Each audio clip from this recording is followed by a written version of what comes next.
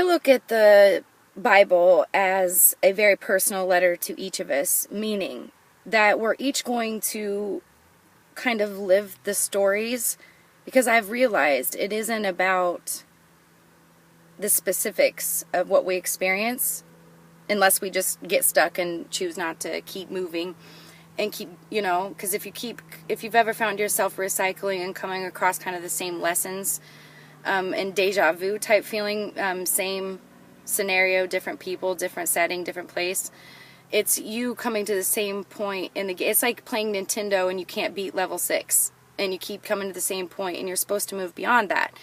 So I've realized, because of how relatable a lot of the stories are in the Bible, even though they're not the same specific experience or setting, it's the same feeling that I have understood, the feeling. So I read it and I hear parallels in my own life. God uses this story to teach me about what's going on like 3 levels: globally, locally, and personally. And because I look at it as a personal letter, and because I read it by myself and allow Him to, I believe, what I'm hearing in the Spirit, interpret it to help me to understand it, it also is disappointing, because for a long time I didn't understand what He meant about the devil coming to kill, steal, and destroy. And I only saw, really, like in the beginning, it's kind of like a honeymoon phase when you get to know God. You're so excited and you understand why it's called the good news that it is.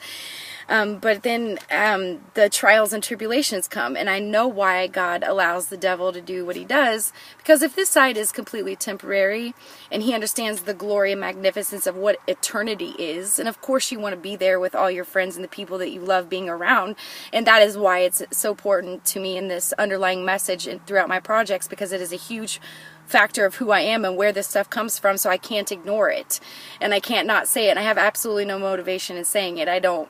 Anyway, that's not what I meant to say by all this. I'm just saying, when you live the stories in the Bible that are disappointing, like when you discover perhaps you have a Judas in your circle, or maybe more than one, or you're just, paranoid, perhaps, you don't know, instead of making decisions and actions on what I am doing in those feelings, in those moments, because it can just be emotions, or you filtering it through, like a lot of the experiences I have do not inspire positive feelings all the time. I really have to work and concentrate on the positive things and the silver linings in the situation, but like being able to have this time uninterrupted in this like think tank to work solidly all the time on what it is I feel like I'm here to do.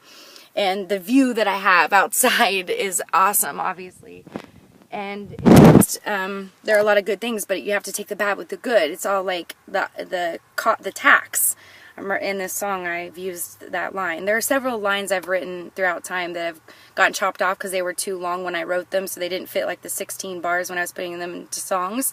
And then I fill around it, so because I have to fit it to a song, and so everything doesn't fit. And some stuff I build brand new bars off of what's going on in my life at that currently, or what I feel is going on by the way I'm looking at the situation. I realize you can look at the same thing a few different ways. So I know that it's potentially not actually going on. But at the same time, I have to honor myself and my insight, because it's all I've ever had to lead me. And I don't feel like it lies to me. And so there's a danger in that. And then I come across a song, Lil Wayne and Yo Gotti just came out with this song, and I felt like their message in it has so much to do with it. So I'm like, this is how it starts out. This is what it looks like brand new. Like, I wrote out something I'd already written before, and then I went down and wrote something new for the hook. And then I started to try and write it out, and then the second verse is on this Yo Gotti's part. Like, all this is the Lil Wayne's version. So I saw in a documentary that Tupac was in the booth reading it, and so I try and memorize it first and then spit it. And a lot of this stuff I memorized a long time ago, so it's easier. Like, I'll have new parts in a new song, but I also have old parts, so I don't, like, it's quicker. But I say all that because I'm trying to give you, like, just, I don't know, kind of behind the scenes, what it takes. Like, someone, if I never make my dreams, at least you'll know how much I've tried and how much I'm pouring into it and giving full throttle. And if I do, then you'll also see how much sacrifice it takes and how much you have to practice and really work on it, and how much distraction that there is in opposition, and the devil really does come to kill, steal, and destroy. Either your spirit and your tenacity towards keeping going so that you never give up, because the only difference between people who make it and those who don't are the ones who don't give up. I swear I have heard that from so many people who've made it. I believe them.